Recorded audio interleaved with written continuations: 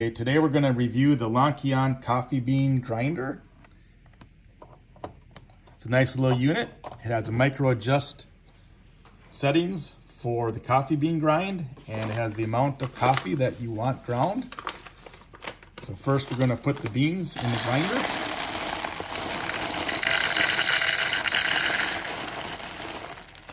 And since we're using a French press, we're going to go from a fine, very fine espresso mist grind down to a coarse grind for French press. And then we're going to adjust it to 2 cups and start it.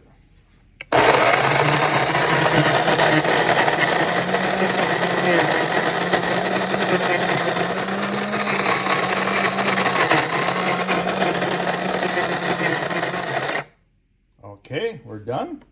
So now we're going to take out the coffee, the ground coffee, and let's check it out, see how it looks.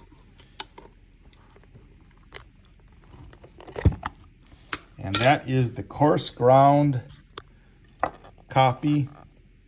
It's fairly quiet. It's not super loud, but it adjusts the amount of coffee needed.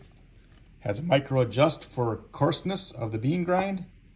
Everything you'd want in a coffee bean grinder.